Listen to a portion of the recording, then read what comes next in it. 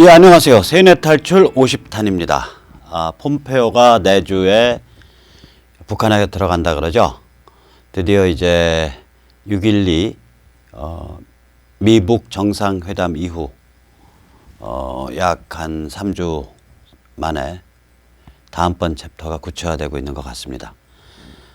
그동안 나온 이야기들을 우리가 돌이켜보면서 앞으로 이 북핵 문제가 어떻게 풀려가며 우리는 뭘 준비해야 되는지 한번 총정리해 보겠습니다. 자료화면 보시다시피 이 최근에 폼페오, 볼튼, 매티스가 동시에 압박을 하고 있죠. 이거를 이렇게 딱 집어가지고 제대로 조명을 해준 데는 의외로 중앙일보였습니다. 중앙일보 이런 기사 좋아요. 아주 이 번역도 정확했어요. 왜냐하면 비핵화를 빠르게 진행하기 바란다라고 볼튼이 말했다 이렇게 번역이 돼 있는데 이게 맞는 어감이에요. 비핵화가 빠르게 진행될 것으로 기대한다거든요. 그러니까 직역을 하면 expect라고요. 근데 그때 expect는 우리 어감으로 하면 비핵화가 빠르게 진행하기를 바란다 이렇게 돼요. 그러니까 이게 번역도 이렇게 보면 어감을 정확히 알고 이렇게 번역을 했고 그렇게 어감을 정확히 아니까 요거는 폼페오, 볼튼, 매티스가 동시에 압박하는구나. 그렇게 이제 생각을 해서 제목을 비핵화 행동하라 이렇게 다른 거예요. 조중동쯤 되면 좀 이 정도 돼야 돼요. 제가 조중동 잘 칭찬 안 하는데 이거는 제가 칭찬을 좀 해주고 싶어요. 이렇게만 좀 하세요. 이렇게만. 국내 언론도, 국내 뉴스 다룰 때도 차분하고 이렇게 해주면 좋은데 이게 뭐 가물에 콩나듯이 하고 보통 때는 뭐 완전히 뭐 널뛰듯이 하니까 욕을 바가지로 안 할 수가 없죠. 그건 그렇고요. 그래서 이제 협상이 실패하면 전쟁을 한다 할 수밖에 없다 뭐 이런 취지로 폼페오가 이제 국회에서 청문회 때 예산 청문회 때 그렇게 얘기를 했고요.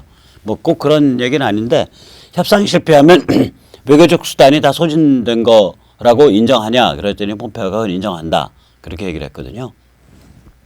그 얘기는 협상 실패하면 전쟁한다는 얘기죠. 또 폼페오도 그렇고 국방장관 매티스는 이제 중국 갔죠.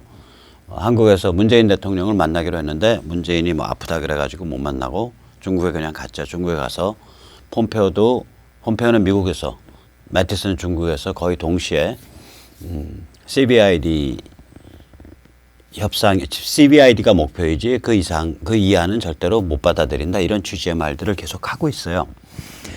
그래서 이런 상황에서 갑자기 트럼프가 터키 얘기를 했다고요. 칠면조. 미국 문화에서는 칠면조가 좀 독특한 의미를 가지죠. 이거 이제 땡스기빙이라 그러죠. 추수감사절 때 칠면조에 배를 가르고 거기에다가 이제 갖가지 채소라든지 먹거리를 잔뜩 채워가지고 그거를 오랫동안 오븐에서 구워가지고 먹어요. 칠면조는 이제 우리는 잘 안 먹지만 커요. 이게 이 트럼프가 뭐라고 얘기를 했냐면 북핵 얘기하면서 칠면조를 오븐에서 너무 빨리 꺼내면 안 된다.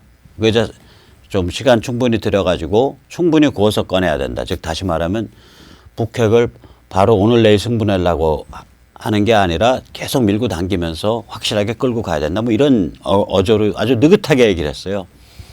근데 이게 느긋한 건데 우리는 칠면조에 뭐 별다른 감이 없지만 글쎄요, 이 사람들한테는 이게 그러니까 추석 때 먹는 음식, 설 때 먹는 음식을 겹쳐놓은 것 같은 그런 특별한 의미를 가지는 음식이에요. 이게 처음에 이민자들이 이제 낯선 땅에 와서 뭐 가지고 왔겠어요. 곡식이나 뭐 곡식 씨앗하고 감자 씨앗 감자 씨앗은 이쪽에서 있겠지만 아무튼 그런 씨앗 종류를 들고 와서 그게 농사가 잘 안 되면 굶어 죽는 거 아니에요. 다 이듬해.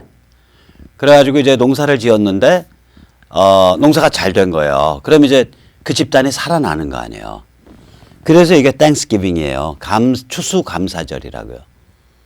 이제 안 죽게 됐습니다. 이 낯선 땅에서 이 풍토도 다르고 기후도 다른데 흙도 다르고 저희가 이제 농사를 성공했네요. 그러고서 이제 이 칠면조를 잡아먹는 거예요. 그러니까 이 칠면조라는 게 글쎄요, 아주 그러니까 어떻게 보면 북핵 혹은 북한을 칠면조에 비교한 얘기란 거 이게. 그냥 겉으로 보면 느긋하게 다루면 된다 뭐 이런 것처럼 들리지만 이거 그 문맥을 알고 문화를 아는 사람 입장에서 보면은 굉장히 재밌는 비유라고요. 북한을 칠면조에 비교한 거예요. 오븐 속에 들어있는. 이 칠면조에 대해서 농담들이 많아요. 근데 그 전에 잠깐만 이게 오븐에서 꺼내면 빨리 꺼내면 안 된다가 이게 굉장히 중요한 노하우거든요. 왜 칠면조가 닭보다 훨씬 커요. 그러니까 칠면조의 무게가 3.6에서 5.4kg일 때는 오븐 속에서 한 4시간 가까이 있어야 돼요. 5.4kg에서 7.3kg일 때는 오븐 속에서 한 4시간 반 정도 있어야 되는데 그럼 한 6, 7명 먹어요 이걸. 뼈 같은 게 그러니까 7.3kg에서 9.1kg 정도 되면은 이게 한 5시간 가까이 있어야 되거든요. 이건 한 9명, 10명이 먹을 수 있어요. 칠면조 중에 진짜 큰 건 10kg, 11kg씩 나간다고요. 이건 오븐에 이제 한 6시간 가까이 이제 둬야 된단 말이에요. 그러니까 오븐에서 큰 새죠. 일종의 큰 새를 하는데 이 칠면조에 대해서는 풍습이 많아요. 이게 1800 한 6, 70년경에 한 150년 전부터 생긴 풍습인데 이 칠면조 기르는 그 농장에서 백악관에 칠면조를 선물을 해요. 이 추수감사절이 되면 그게 이제 작년에 이제 그 선물 받으면 그냥 감사합니다로 끝나는 게 아니라 이렇게 칠면조의 이름을 져주고 그 다음에 너를 칠면조로 태어난 것을 그 죄를 사해 주노라 사면하노라 하고 대통령이 선언하는 그런 말하자면 유머러스한 관습이 있다고요. 그걸 터키 파든이라 그러거든요. 작년에 추수감사절 11월 달에 트럼프가 칠면조 선물 받고 백악관에서 이 터키 파든 했던 그거예요. 그때 이제 트럼프가 잠깐만요. 네. 아닌데. 예. 그때 트럼프가 이 칠면조한테 이름을 닭다리라고 지어줬죠. 드럼스틱. 드럼스틱은 이제 우리는 닭에서 이렇게 다리에 나오는 뼈 있잖아요. 꿍따라닥닥닥닥 할 때 쓰는 그 뼈. 그 이제 칠면조 뼈는 크죠, 이게. 다리뼈. 다리뼈라고 이름을 지은 거예요. 다리뼈라 그러고 이제 그때 머리에다 손 얹고서 너를 칠면조로 태어난 범죄로부터 사면하노라 이렇게 얘기를 했죠. 그러니까 이건 먹거리라고요. 요놈이 듬직한 놈 하나님께 감사하는 마음으로 우리가 다시 살아갈 수 있게 된 것을 감사하는 마음으로 이제 잘 잡아 먹어야지. 이게 칠면조라는 단어에 내포되어 있는 함이라고요. 그러니까 이게 칠면조에 비유해 있다는 것 자체가 뭐 천천히 꺼내고 빨리 꺼내고 문제가 아니라 이거 좀 내박 좀 알면은 약간 으스스한 얘기입니다. 다음 주에 폼페오가 방북을 하는데 아까 말씀드린 국회 그러니까 상원 청문회에서 폼페오가 의미심장하게 이때까지 북한과 나눠온 그런 이야기들의 대부분은 공개하기가 곤란하다. 공개하면 오히려 우리가 북한과의 협상 과정을 망칠 수가 있다. 그런 취지의 말을 했어요. 그리고 지금 북한이 이 TV로 중계되고 있는 우리 청문회를 보고 있다. 그러니까 내가 그걸 다 공개할 수가 없다. 이런 얘기를 했거든요. 이번 아무튼 폼페오나 이 트럼프 행정부가 북을 어떻게 요리하는지 오븐 속에서 잘 지금 익어가고 있다고 하니까 트럼프 말에 의하면 얼마나 잘 익고 있는지 한번 두고 보자고요. 그런데 이제 우리가 이제 너무 현란하게 지금 밀고 당기는 게 막 벌어지고 있는 거 아니에요. 뭐 인공기 성조기 인공기 성조기 쫙 걸어놓은 데다가 놓고서 트럼프가 깜냥도 안 되는 김정은을 엄청 띄워주고 또 띄워주는가 하면은 거기에다가 우리 개념으로 하면 거의 오골오골하고 촌스러운 홍보 영상이 4분짜리가 딱 돌아가는데 핵폭발 장면도 한 2초 동안 숨겨져 있고 그러면서 그 영상의 메시지는 야, 너 이거 훌륭한 지도자가 될래? 아니면 객에다가 죽을래? 뭐 이런 메시지를 담은 그러나 그 자체로 보면 김정은이 엄청 띄워주는 것 같은 그런 홍보 영상이 쫙 돌아가고 뭐 이런 그 아주 눈이 팽글팽글 돌 정도의 그런 그 이 작전이 진행되고 있는 거거든요. 얼르고 뺨친다고 그 와중에 군사 전문가 중에 전문가고 대북 강경 노선을 가지고 있는 해리 해리스 전 태평양군 사령관이 주한미 대사로 오고. 그러니까 이런 저는 이제 상황을 보면서 무슨 느낌을 받냐면 우리가 왜 낚시하다가 큰 고기가 물으면 한꺼번에 안 땡기거든요. 풀었다 놨다 풀었다 놨다 하면서 한다고요. 그래야 이제 고기에 그 힘을 빼니까 힘을 빼야 그 다음에 건져내잖아요. 그런 느낌을 좀 받아요, 사실은. 그래서 이렇게 현란한 그 움직임, 어지러울 정도의 움직임이 있으니까 당연히 미국의 PC 좌파, 그러니까 정치 위선 완장질을 하는 좌파 언론인 CNN, 뉴욕타임스, 워싱턴 포스트 이런 데들은 당연히 이제 이걸 물고 늘어지는 거죠. 그리고 얻는 것도 없이 트럼프가 뭐 김정은한테 속아 넘어갔다는 그런 식의 뉘앙스를 짙게 깔고 그것을 또 부분 따갖고 확 부풀려 버리면 진짜 그 그림이 더 커지잖아요. 그렇게 국내 언론은 그 짓을 또 하고 있고 그렇게 해서 하루 종일 기레기들이 지저대고 이러니까 야 이게 지금 뭐가 진행된가 하고 우리가 좀 어리둥절해져 있어요. 그래서 미국이 왜 CVID를 해야만 하는 이유를 우리가 다시 한번 이 시점에서 짚어볼 필요가 있습니다. 지금 트럼프 행정부의 폼페오가 다시 북한을 가는 이 시점에서 저는 한 8가지를 꼽아요. 하나는 뭐냐면 이게 일단 핵 확산 방지를 해야 되는 처지라고요. 이게 북한 같은 정도의 애들까지 이게 거의 캄보디아급 수준인데 그러니까 국민소득은 캄보디아보다 낮고 위험하기는 알카에보다 위험한 국가 아닌 깡패 국가인데 로그 스테이트인데 미국에서 다 로그 스테이트라고 부르잖아요. 깡패 국가인데 이런 애들까지 핵을 갖고 미사일을 갖고 설치게 내버려 두면 전 세계가 전부 핵마당이 돼버려요. 그러니까 이거는 내버려 둘 수가 없다고요. 두 번째는 이때까지 어떤 핵을 보유한데도 우리가 이 핵을 만들어서 워싱턴을 불받아 만들겠다고 그 국가 지도자가 말한 그런 나라가 없었다고요. 핵을 갖추면 항상 우리가 핵을 사용하지 않게 되기를 바란다라고 얘기를 하지 이 핵 가지고 워싱턴 불받아 만들어 버리겠다라고 국가 지도자가 얘기한 게 없어요. 작년 1월인가 연도의 그 연설에서 김정은이 워싱턴 불받아 만든다 그랬잖아요. 핵단추 눌러서. 그게 트럼프가 딱 그렇게 맞받아쳤죠. 야, 내 단추는 네 거보다 훨씬 커. 내가 이 단추 누르는 날은 정말 슬픈 날이 될 거야. 그렇게 핵단추요. 그러니까 이게 그리고 미국인들 중에는 진짜 이 핵이 온다고 생각하는 사람들이 있어요. 그래서 얼마 전에 메릴랜드에서 괜찮게 사는 사람이 집이 좀 크니까 자기 집 마당에 핵 피해 방지를 위한 땅굴을 인부를 사서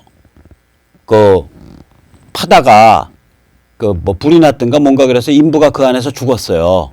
그래가지고 과실치사로 입건됐잖아요.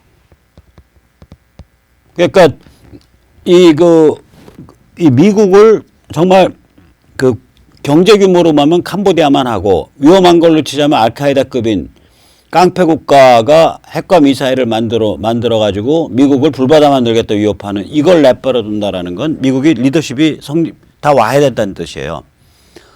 세 번째로 이번 시리아 화학무기에서도 나오지만 얘들이 테러 국가 위험한 애들하고 이게 거래를 하거든요. 뭐 꼭 핵으로 거래를 안 한다 그래도 이란과는 핵 거래가 있었던 것 같고 핵기술 거래가 있었던 것 같고 핵으로 꼭 거래를 안 한다고 하더라도 핵이라는 걸 갖춰놓고 뭐 예를 들면 이제 저런 거래를 하죠. 뭐 이제 말하자면 화학무기, 생물무기, 핵을 갖고 있으니까 그런 거래를 해도 그걸 끝까지 쪼우지를 못하게 되잖아요. 뿐만 아니죠. 북의 원래 3대 국가 산업이 외화벌이 산업이 마약, 위조 지폐, 그다음 위조 담배, 짝퉁 담배거든요. 그럼 핵까지 갖춰 놓으면 이제 $100 위조 지폐 가지고 엄청 찍는 거예요. 누가 시비 걸겠어요? 핵 가졌다는데. 그러니까 이런 그 행위를 하는 애들이어서 이거를 일반 파키스탄이 핵 가진 거하고 북한이 핵 가진 거 의미가 달라버린다고요, 이게. 파키스탄이 핵 갖추고서 미국 워싱턴 불바다 만들겠다 그런 적도 없고요. 파키스탄이 마약을 수출한 적도 없고요. 파키스탄이 $100 위조지폐 수출한 적도 없고요. 파키스탄이 짝퉁 양담배 만들어서 동남아에서 팔아먹은 적이 없다고요. 얘들이 이걸 하잖아요. 뿐만 아니에요. 우리가 이런 기술을 갖고 있는데 이 기술을 IS에 넘기지 않을 테니까 우리한테 10억 불 좀 내놔야겠는데, 즉 테러 국가와 거래하지 않을 테니까 돈 내놔, 이렇게 해서 협박해서 삥 뜯으려고 그러고 있잖아요. 태영호 씨가 지은 그 책에도 그 얘기가 나오잖아요. 이스라엘 사람들 만나가지고 삥 뜯으려고 그랬던 거. 그때 부른 금액이 1조 원 정도 됐다 그러잖아요. 그 다음에 이게 제일 이제 그 골 때리는 건데, 이거는 미국의 평론가들은 이걸 그러니까 무책임한 행위자라고 불러요. irresponsible actor. 그러니까 예를 들면 그게 뭐 베트남 공산 체제였던 혹은 중공, 그러니까 중국 마오쩌둥 공산 체제였던 스탈린 체제였던 간에 궁극적으로 가면 그러니까 주민에 대한 일정한 책임을 가져요. 그 많이 굶겨지고 이러면 체제 붕괴해 버린다고요. 그 당 조직이나 이런 것들이 그걸 걸러준다고요. 그런 사안이 벌어지면. 그러니까 뭐냐면 주민에 대한 책임이 있다고요. 이걸 이제 미국 평론가들은, 근데 북한이 하나도 없어요. 주민은 그냥 노예와 가축의 중간 정도예요. 사실은 저는 가축보다 못하다고 생각해요. 왜냐하면 가축은 잡아먹을 수가 있는데 쟤들이 초대형 범털 애들이 주민을 물리적으로 잡아먹지 못하잖아요. 이륙을 먹지는 못하잖아요. 그러니까 가축보다 약간 못한 존재거든요. 때로는. 그러니까 이 주민을 인간으로서 이렇게 생각을 안 하고 거기서 뭐 수백만이 굶어 죽어 나가도 눈 하나 깜짝 안 하는 애들이란 말이에요. 그러니까 이 책임으로부터 절대적으로 자유스러워요. 이걸 이제 미국 평론가들은 무책임한 행위자, irresponsible actor라고 표현하는데, 저는 accountability라는 진짜 용어가 있거든요. 이 accountable이라는 거는 이 사안에 대해서 내가 책임져야 돼, 네가 책임져야 돼라는 걸 accountability라 그래요. 그러니까 이 책임성으로부터 완벽하게 자유스러운 집단이라고, 이게 주민에 대한 책임성으로부터. 그러니까 무슨 짓을 할지 모르는 거예요. 무슨 짓을 할지 모른다고요. 그 기술을 가지고. 그 다음에 이제 여섯 번째는 뭐냐면, 얘들이 핵만 갖추고 있는 게 아니라 대량 살상 무기의 풀 세트를 갖추고 있잖아요. 생물 무기, 화학 무기 다. 그리고 핵도 뭐 탄도 미사일에 싣는 정식 핵폭탄만 갖추는 게 아니라 얘들은 분명히 더티밤이라고 그냥 메고 가서 적당히 터뜨리는, 원자폭탄이라고 하기에는 좀 안 되는, 그러나 방사능을 지독하게 많이 뿌려대는 그런 물질, 그런 테러용 폭탄도 만들 수 있단 말이에요. 그러니까 얘들이 이 대량 살상 무기 혹은 테러용 무기의 풀 세트를 갖추고 있단 말이에요. 이거 가만둘 수가 없다고요. 그 다음에 이제 만약에 북한을 이제 그 제대로 된 자유민주주의와 이제 시장 경제로 이끌어내는데 성공을 했다, 변화시켰는데 성공을 한다라고 만약에 가정을 해보면, 이게 중국에 대해서 중국인들에 대해서 굉장히 거대한 정치 심리적 충격파를 주게 되거든요. 그러니까 중국의 정치 심리가 중국인들의 정치 심리가 한 단계 업그레이드 되도록 만들어준다고요. 이걸 두고 뭐 이제 어떤 평론가들은 뭐 미국의 중국 그 분할 정책이다. 그러니까 북핵을 이용을 해서 북한을 자유화, 개방화시킴으로써 중국을 실제로는 분할시키려는 거다. 그걸 촉발시켜서 동북삼성이나 해안 지역이나 차례로 분할시키려는 거다. 저는 그 같은 무슨 대담한 주장은 못해요. 왜 그러면 그건 뭐 하나의 비전이고 하나의 그 추정된 어떤 시나리오니까 저는 뭐 그 정도까지는 주장할 생각이 없고요. 확실한 건 뭐냐.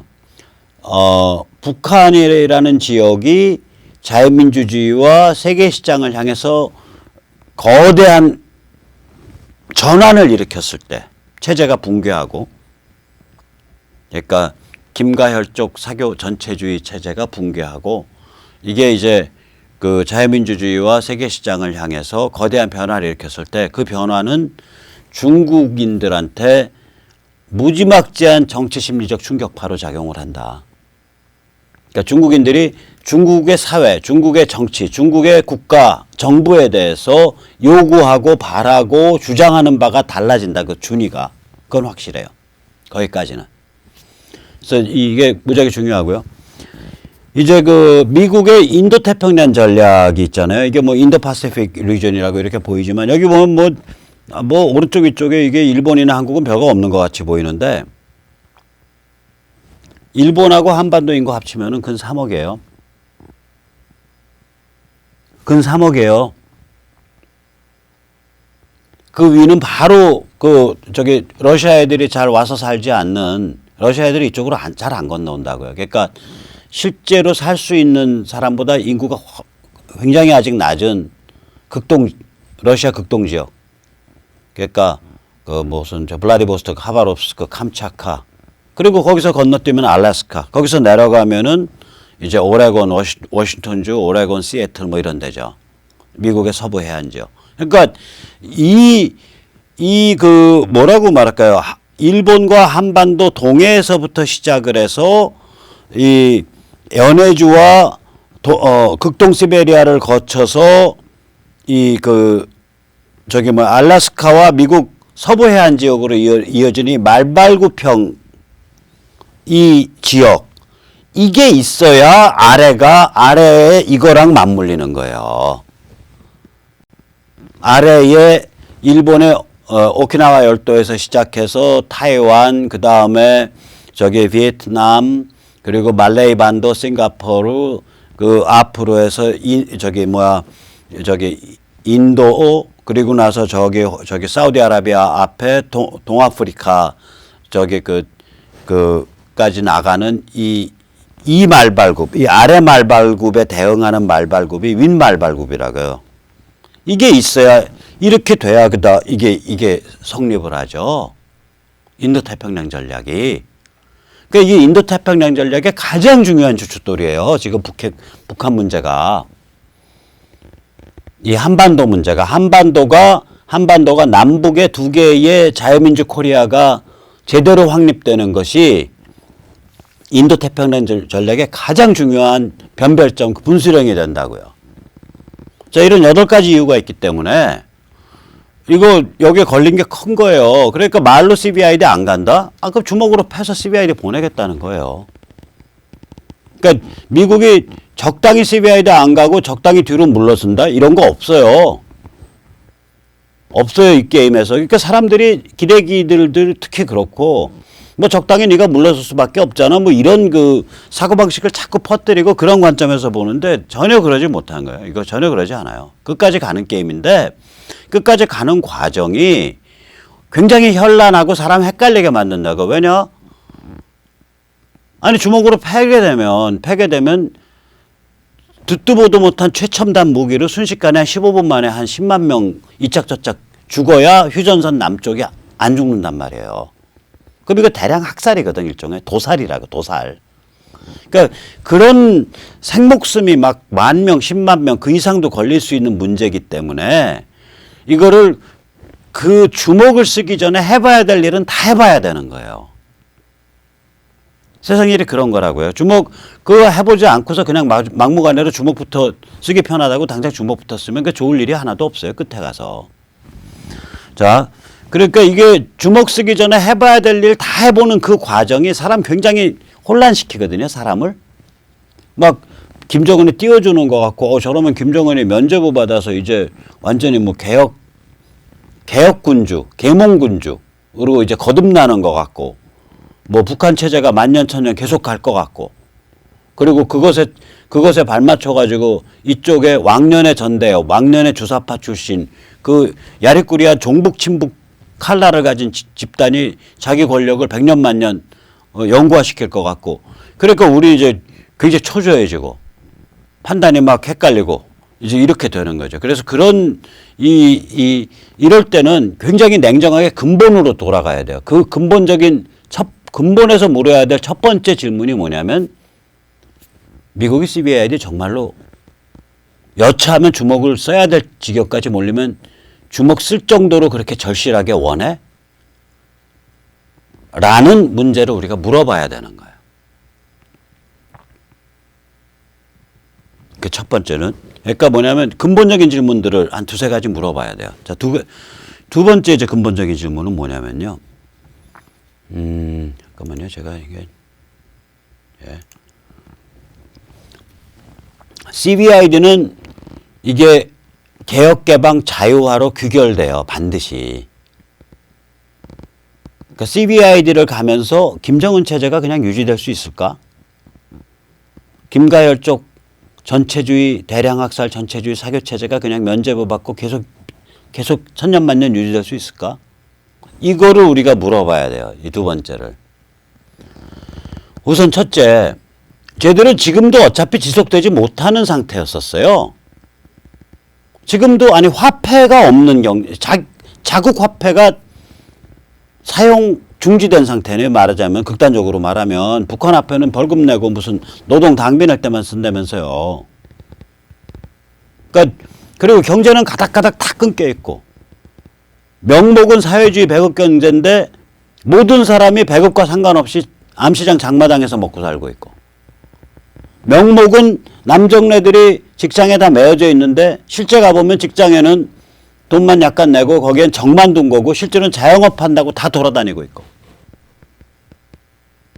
그러니까 이거는 뭐냐면은 이미 지속 불가능한 체제였던 거예요, 이게.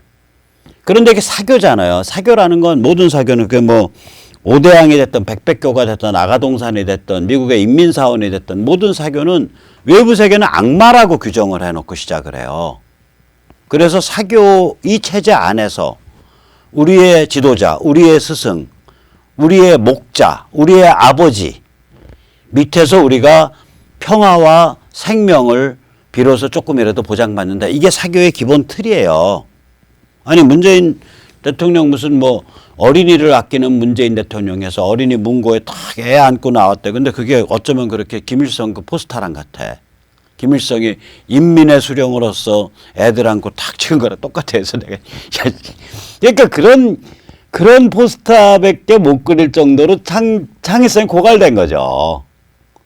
요번에 그 붉은 악마 그 응원가 앨범 재킷 그 공식 응원가 뿌리는 공식 앨범 재킷에 보면 이게 완전 선지피로 발라놨어요. 그냥 피바다로. 그러니까 이미 그 멘탈이 그렇게 가 있는 거야. 멘탈이 많이 썩어 있는 거라. 그쪽에서 창의적이라고 이제 창의성 갖고 논다는 애들조차도. 어쨌거나 이게 이제 말하자면 그런 식의 그 피바다를 전제로 하고 왜 피바다냐? 악마와 겨뤄야 되니까. 그래서 여기는 피바다의 세계고 세상은 그 피바다 속에서 그래도 요 조선 민주주의 인민공화국이란 요 바운더리 안만큼은 어버이 수령님이 우리에게 생명과 생활을 확보해 주시는 공간이고 그렇게 되는 거네. 그러니까 외부 세계는 악마란 말이야. 그럼 핵과 미사일이라는 건 저기서는 종교적인 의미를 가져요. 북한에서는. 이게 악마 쫓는 부적이에요. 악마랑 맞겨루는. 그렇게 선전을 해왔어요. 강성대국해서 굶어 죽어도 핵과 미사일을 갖춰야 저 외부의 악마들로부터 우리를 지켜낼 수 있다. 이렇게 선전을 해왔다고요. 사람 2,300만 굶겨 죽여가면서. 그래서 이게 핵과 미사일이 가지는 의미가 옛날 소련에서 핵과 미사일이 가진 의미랑 달라요. 소련은 그냥 쿨하게 그냥 군사수단이었다고요. 그러니까 군축 계속 했던 거예요. 솔트 1, 솔트 2에서 미국이랑. 그리고 사회 붕괴는 군축을 했기 때문에 붕괴했거나 이런 게 아니라 사회 붕괴는 그냥 장마당 자체에서 붕괴해버렸고 체제 붕괴는 사회가 아니라 체제 붕괴는 그러니까 군축과 상관없이 장마당에 의해서 체제가 붕괴됐는데 여기는 북한은 어떤 거냐면 장마당이나 암시장이 암세포처럼 퍼진 걸로만 따지면 100번 더 붕괴하고도 남았어야 될 체제인데도 불구하고 외부를 악마화시키는 극단적 사교 멘탈리티를 가졌기 때문에 체제가 유지되고 있는 거예요.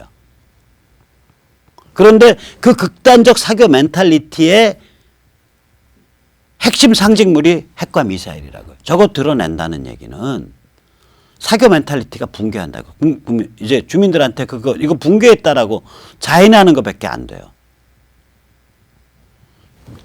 그 다음에 이제 핵과 미사일의 두 번째, 쟤들이 왜 핵과 미사일 고집하냐? 아니, 남쪽 지금 적화하려고 계속 뭐 70년 동안 간첩망 잘 길렀잖아요.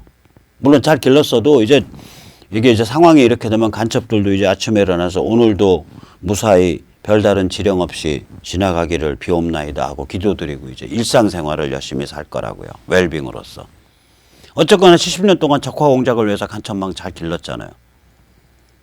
그래서 적화 공작이 어느 타이밍에 쫙 들어갈 때 미국이나 이런 우방이 그 적화 공작을 막 가로막고 나서지 못하도록, 즉 적화 공작을 보호해주는 보호막으로서의 핵과 미사일을 쟤들이 고집을 하는 거예요. 그러니까 이거는, 그러니까 미국이 가로막고 나서면 야 그럼 우리 핵전쟁 할까 하고 버티면서 이제 적화 공작 계속 밀어붙이겠다 이거죠. 북한의 핵과 미사일이 이런 적화 공작 보호막이다. 적화 공작을 위한. 그거를 얘기한 사람은 바로 군인 시절의 해리 해리스예요. 지금 미 대사 2, 3일 있다 올 사람이. 그 사람이 미 의회에서 그렇게 얘기했다고요. 마지막으로 쟤들한테 핵과 미사일은 뭐냐. 삥 뜯기 무기란 말이에요. 삥 뜯기 무기로 쓰려고 한 거예요. 이거는. 그런데 아까 먼저 번에 봤듯이 미국이나 글로벌 시스템에선 이런 의도를 가진 핵과 미사일을 저런 집단에게 용인할 수가 없는 상태예요. 드러내겠다 이거지. 그럼 드러내면은 그것도 철저히 드러낸다 이거예요. 그냥 드러내는 게 아니고요. 그럼 철저히 드러내면 결과는 뭐가 되냐. CBID는 체제 변경을 촉발한다고요. 이게 시스템의 그 악마 쫓는 부적이고 적화 공작의 보호막이고 그 다음에 삥 뜯기를 위한 무기거든요. 이게. 근데 그 시스템 자체는 원래 지속되지 못하는 상태에 이미 도달해 있는 시스템이에요. 이미 도달해 있고 매일매일 지속 불가능성이 unsustainability, 매일매일 지속 불가능성이 계속 강화되고 있는 시스템이라고 그게.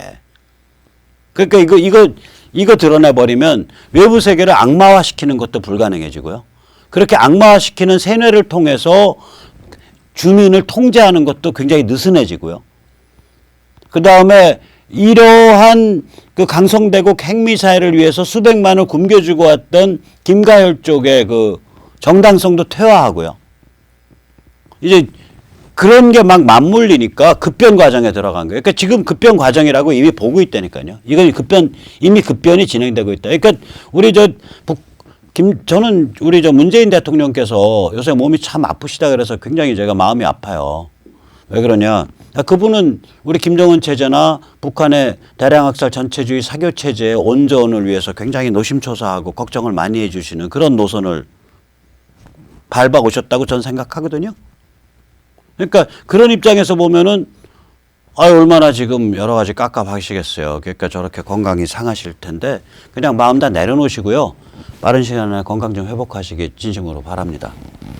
마음을 비우시면 됩니다.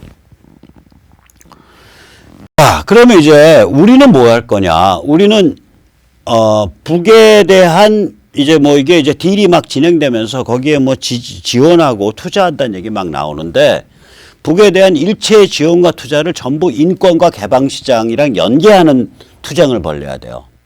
어저께도 말씀드렸지만 예를 들어서 문재인 우리가 호구냐 네 돈으로 퍼줘라 이런 슬로건들이 나와야 되고요.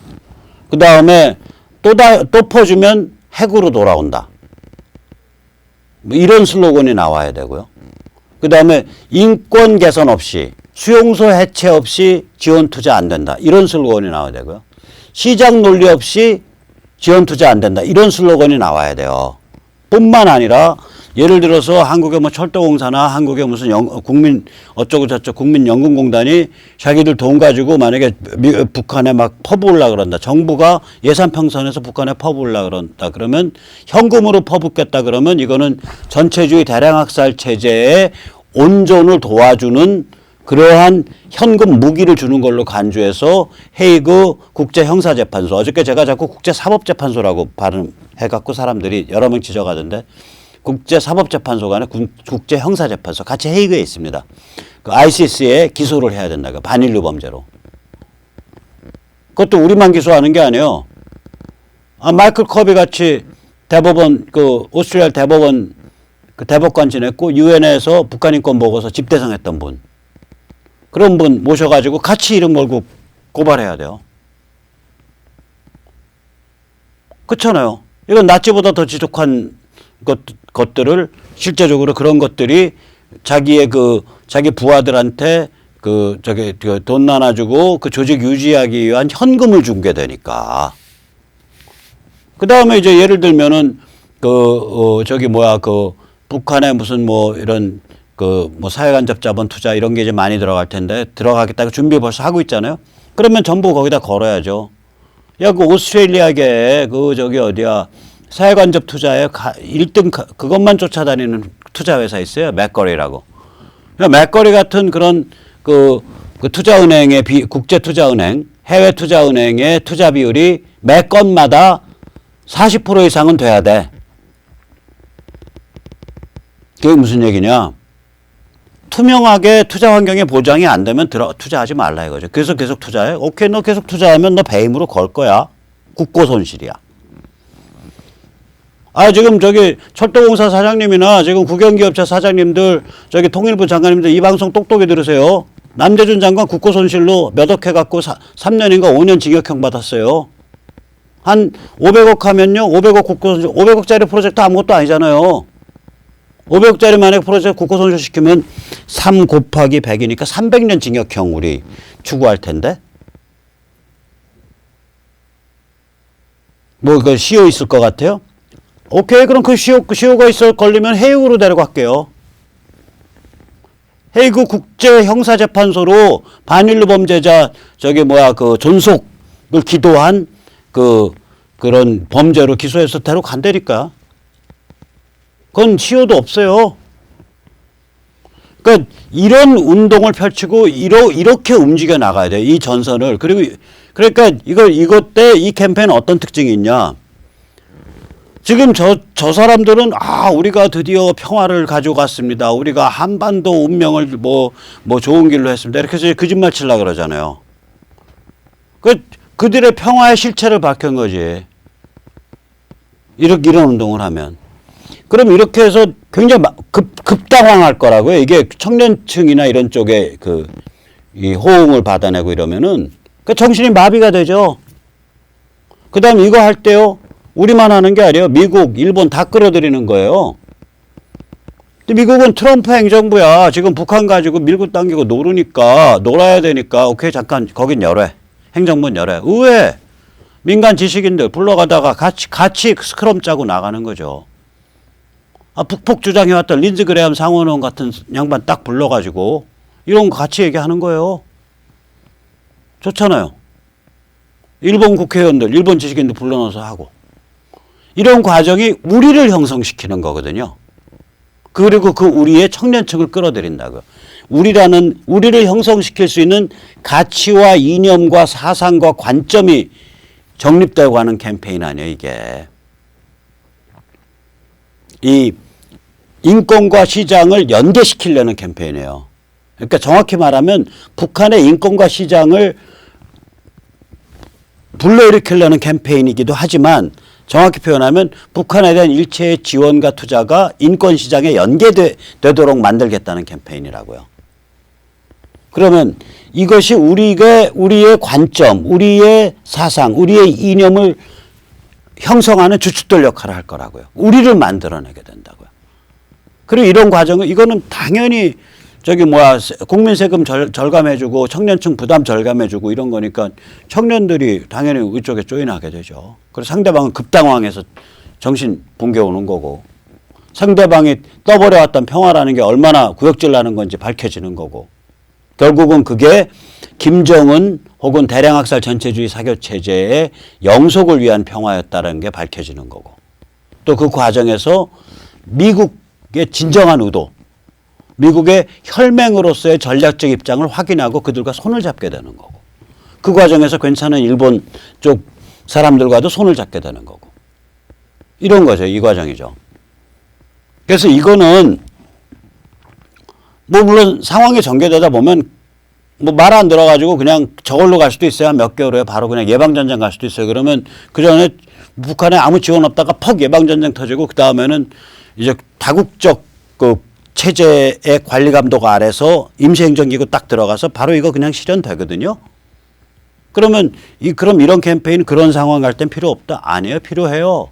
왜냐? 우리를 형성시키니까. 그 과정에서 상대방을 급당황시키니까. 상대방을 마비시키니까. 김정은 계몽군주, 그러니까 김정은이 리드해갖고 CBID 들어가는 국면이 중간에 한 3, 4개월 있다가 김정은이 자빠졌다. 그때는 당연히 이게 필요하죠. 그러니까 상황이 어떻게 가더라도 이게 필요한 거예요. 왜냐하면 우리를 형성시키고 그들을 규정하는 거거든요. 이게 굉장히 중요해요. 그래서 이 무시무시한 사람 얼굴을 제가 걸어놓은 거예요. 이 사람이요, 무서운 사람이요. 이게 나치 법철학자예요. 칼 슈미트. 얼마나 꼴통이냐면요. 나치 법철학을 만들었고 그걸 리드하다가 마지막에는 나치랑도 마찰을 일으켜서 나치 비밀경찰은 사상이 좀 이상하다라고 마지막에서 감시 대상이었고요. 나중에 그래서 나치 말기에 40년대 1943년 4년 5년 이때는 물 먹었었어요. 많이 물 먹었어요. 나치에 의해서. 그리고 미군이 이제 점령을 한 다음에 이 사람은 한 1년 가까이 조사를 했죠. 그때 이 사람이 전향서를 안 써요. 디나치피케이션 그 프로세스를 안 밟아, 거부해요. 그리고 자기 입장을 고스란히 유지를 한다고요. 근데 이 사람이 그냥 이 피상적으로 나치를 뭐 찬양한 그런 사람이 아니에요. 그러니까 굉장히 현실주의적인 데가 있어요. 그래서 이 사람의 정치학 이론이 많이 보급돼 있어요. 그리고 많은 영향을 끼쳤고 이 사람 정치학 명제의 첫 번째 명제가 뭐냐면 정치란 우리와 그들을 구별하는 거다. 우리는 누구이고 그들은 누구인가를 구별하는 그 변별점을 형성하는 게 그 전선을 형성하는 게 정치의 알파요 오메가다가 이 사람이 만든 명제예요. 그 변별점 뭐냐? 북한에 대한 첫째 그 변별점은 CBID는 끝까지 가야 된다. 두 번째 변별점은 CBID는 반드시 개혁개방으로 이끌 수밖에 없다. CBID는 결국은 개혁개방이다. 자유하다. 인권이다. 시장이다. 세 번째 변별점은 뭐냐? 그 일련의 과정에 있어서든 혹은 그것을 준비하고 논의하는 지금의 과정에 있어서든 북한에 대한 일체의 지원과 투자는 인권 및 개방시장과 연계돼야 된다. 이 세 가지 원칙이 전선의 형성이에요. 이 전선에 의해서 적과 우리를 구별하고 그들과 우리를 구별해야 되는 거예요. 그게 기본입니다. 아까 그 아저씨 얼굴을 한번 다시 보시죠. 얼굴도 뭐 상당히 살벌하게 생겼잖아요. 이 칼 슈미트가요. 자, 그러면 이제 모르는 사람들은 야 드디어 백모 돌았다. 이제 드디어 내놓고 이제 나치 극우 선전한다. 오케이. 한겨레나 경향이 저 그렇게 씹을 수 있을까요? 못 씹어요. 칼 슈미트요. 쟤들이 엄청 좋아해서 인용했습니다. 그래서 쟤들 손에 의해서 엄청 띄워진 인물이고요. 그래서 번역본도 많이 나와 있어요. 칼 슈미트 책이. 깡통 좌파가 엄청나게 우러러본 인물이에요. 그러니까 저 깡통 좌파 중에 그 최고급에 있는 애들은 그 대학교 이런 애들은 그렇게 많이 깡통스럽지 않아요. 지들 뭔 생각하는지 아는 애들이라는 거 안다니까요. 그래서 제가 안 뒤져봤는데 아마 오마이뉴스나 한겨레나 경향신문에 뒤져가지고 칼 슈미트를 언급한 부분을 찾아내면 거기에 이 개땡땡은 나치 철학자로서 이런 놈은 어쩌고 저쩌고 하는 게 당연했고 국내에서 일부 극우 또라이들이 칼 슈미트의 책을 번역해서 읽고 있다. 이런 식의 평 하나도 없을 거예요. 나쁜 평 하나도 없어요. 저는 제가 어느 그쪽 신문중에 뭐였는지는 기억 안 나는데 다 좋은 평들만 읽은 것 같아요. 오히려 칼 슈미트가 나치 법철학자였고 이거 굉장히 살벌한 철학을 한 사람이다라고 그 전에 블로그에 쓴 사람은 저예요. 쟤들이 극우라고 부르는 박성현이가. 그래서 저는 저 사람들한테 아주 고마워요. 우리 내놓고 이제 칼 슈미트 얘기하면 돼요. 칼 슈미트가 그랬잖아. 정치라는 건 정치의 알파와 오메가는 적과 우리, 그들과 우리를 구별하는 변별점의 형성이라며. 오케이. 우리 바로 그 원리 가지고 해보자. 그 니들 깡통좌파가 그렇게 좋아하고 띄워온 칼 슈미트의 가르침을 갖고 바로 니들과 싸움을 해보자. 그 싸움 뭐냐?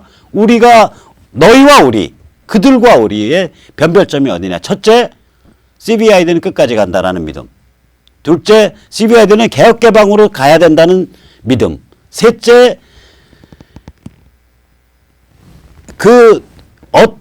어떤 시나리오를 거쳐서 가더라도 그 앞 단계 김정은이가 그 계몽군주처럼 이렇게 부각되는 그런 단계가 있는 시나리오든 아니면 그거 없이 꽉강하고서 몇 개월 끌다가 바로 그냥 예방전쟁으로 가는 시나리오든 어떤 경우랑도 상관없이 우리는 오늘 바로 지금 당장 이곳에서부터 바로 논의 과정에서부터 바로 문재인 정권 집단과 주사파와 전대협 출신의 권력 집단에게 북에 대한 일체의 지지와 지원과 투자는 인권과 개방시장을 원칙으로 전면 재검토돼야 되고 이거 너희가 어기려고 들면 너희 국제사법재판소로 끌고 갈 거고 너희 배임으로 콩밥 만년 천년 먹일 거다라고 지금부터 싸워야 된다 이거예요.